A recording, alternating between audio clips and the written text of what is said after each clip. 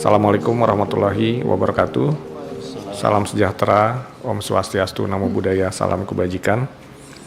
Bapak, Ibu, pimpinan, serta anggota Komisi 10 yang kami hormati, izinkan kami menyampaikan paparan mengenai rencana kegiatan anggaran Kementerian Pendidikan Tinggi, Sains dan Teknologi untuk tahun 2026, sebagaimana tadi sudah disampaikan oleh Ibu Ketua Komisi pengantarnya mengenai perkembangan rencana kegiatan anggaran Kemendikti-Saintek.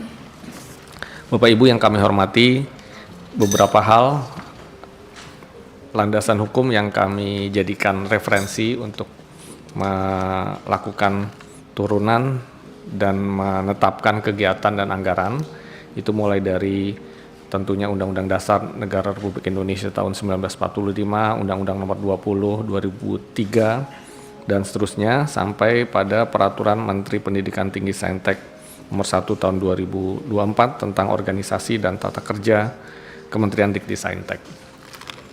Selanjutnya, sesuai dengan rencana strategis Kemendikti Saintek 2025 sampai 2029, di sini terdapat beberapa indikator dan sasaran strategis yang telah kami susun dan saat ini sedang pembahasan di Bappenas.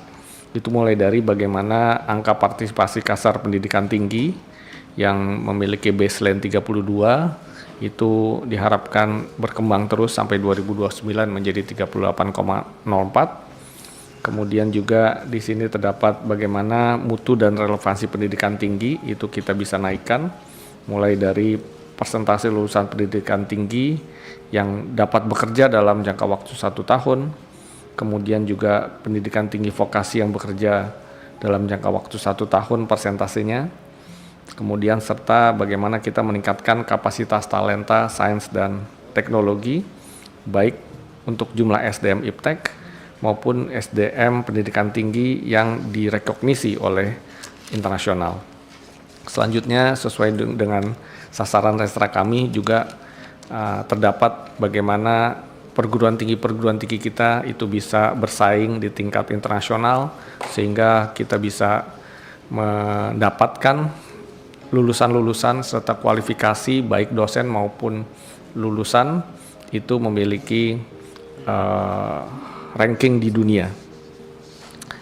Dan juga tentunya secara internal kita juga bagaimana ingin meningkatkan tata kelola kementerian sehingga indeks reformasi birokrasi kita itu juga meningkat dari 89,13 sampai 90,1.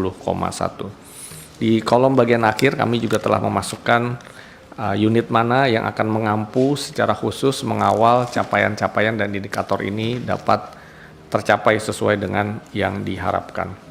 Bapak Ibu yang kami hormati, kemudian tadi sebagaimana telah disampaikan oleh Ibu Ketua juga, halaman berikutnya yaitu bagaimana sebelumnya Ibu surat dari Menteri Perencanaan Pembangunan Nasional Kepala Bappenas tanggal 24 Juli yang kami terima menetapkan bahwa pagu anggaran Kemendikti Saintek itu sebesar 61 triliun bulat angkanya. Dan selanjutnya kami juga bisa sampaikan bahwa pagu per program per unit eselon 1 sebelumnya pernah dibahas juga pertemuan 3 pihak antara Kementerian Keuangan dan Kementerian PPN Bappenas. Dan kemudian kita sudah mencantumkan juga dalam aplikasi Krisna, Renja, dan Sakti tahun anggaran 2026. Selanjutnya dari anggaran yang kita dapatkan sesuai tadi yang kita usulkan sebenarnya 12 triliun didapati kenaikan anggaran sebesar 5.547 miliar 510.618.000 dibandingkan pagu indikatif sebelumnya yang di tahun 2026 yaitu 55.452 miliar 489.382.000. Meskipun begitu, untuk mengakomodasi secara optimal berbagai kegiatan program yang mencapai sasaran renstra yang kita telah susun dan juga bagaimana kita memenuhi kebijakan dari RPJMN 2025-2029 serta RKP tahun 2026, maka berdasarkan analisis yang kami susun, kita kembali mengusulkan tambahan anggaran sebesar 5.936.604.056.000 untuk pemenuhan program-program prioritas yang belum dapat diakomodasi secara optimal pendanaannya pada panggu anggaran tahun anggaran 2026. Secara resmi usulan tersebut telah kami sampaikan melalui surat nomor 1785/MA1 PR 0704/2025 pada tanggal 23 Agustus 2025. Halnya adalah usulan tambahan Kemdikti-Saintek tahun anggaran 2026.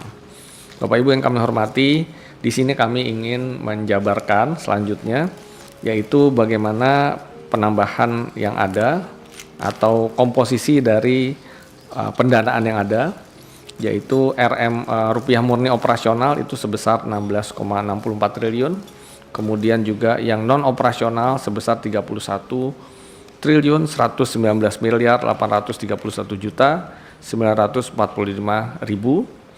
Di sini kita bisa lihat di luar itu masih terdapat beberapa anggaran yang non rupiah murni, yaitu PNBP 991.451.232.000, kemudian BLU 849.612.000, kemudian SBSN 1.550.806.101.000, pinjaman luar negeri sebesar 1.448.551.633.000, dan rupiah murni pendamping untuk berbagai program pinjaman tersebut nilainya 7.530.000.000, serta hibah luar negeri sebesar 47.652.757.000. Bapak Ibu sekalian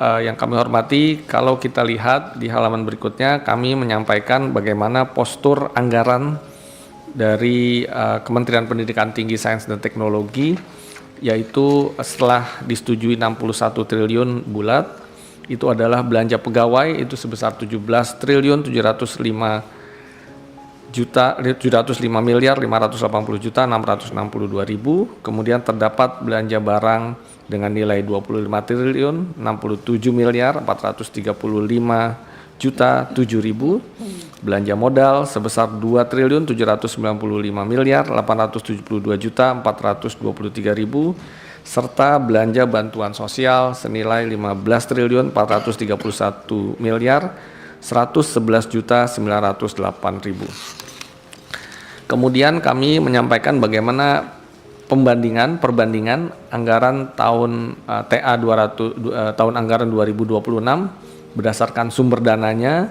dan juga bagaimana perubahannya dari pagu indikatif yang sebelumnya 55.452.489.382.000 menjadi pagu anggaran yang nilainya 61 triliun bulat. Di sini terlihat bahwa seluruh penambahan yang disetujui itu nilainya 5.547.510.618.000 itu berasal dari dana rupiah murni. Bapak Ibu sekalian yang kami hormati, kemudian kami sampaikan di sini adalah sandingan anggaran tahun anggaran 2026 per program. Di sini kami sampaikan pagu indikatif 2026, kemudian pagu anggaran dan juga selisih kenaikannya, sehingga dapat dengan mudah dilihat mana-mana program yang terjadi kenaikan.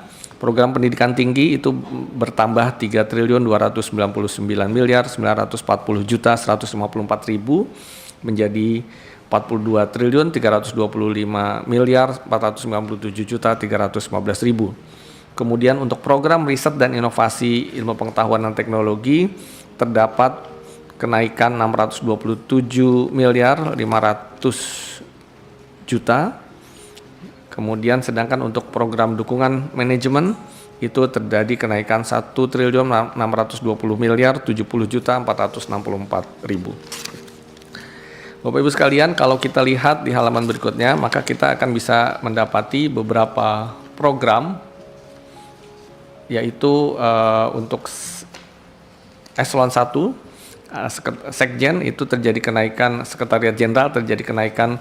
1.684.871.209.000. Di antaranya adalah untuk kenaikan beasiswa, beberapa beasiswa, baik itu beasiswa BPI, beasiswa Adik, kemudian juga beasiswa KIPKA yang kemarin masih belum dipenuhi pada anggaran sebelumnya. Kemudian penambahan layanan penerimaan mahasiswa baru serta penambahan infrastruktur dan layanan pengembangan pendayagunaan teknologi informasi. Kemudian dari Irjen kemarin terjadi penambahan 54.504.205.000, itu lebih disebabkan untuk bagaimana layanan inspektorat itu sebelumnya di pagu indikatif anggarannya masih 0. Direktorat Jenderal Pendidikan Tinggi itu bertambah 3.141.042.192.000, utamanya adalah untuk revitalisasi PTN akademik dan vokasi. Kemudian di sini juga terjadi kenaikan bantuan PTS, penambahan layanan pembelajaran dan kemahasiswaan, penambahan beasiswa KNB negara berkembang, kemudian juga beasiswa gelar dosen yang sebelumnya di pagu indikatif anggarannya masih 0. Untuk Direktur Jenderal Riset dan Pengembangan terjadi kenaikan tidak banyak, 20 miliar, antara lain untuk penambahan TUSI Dukman yang sebelumnya masih 0 juga.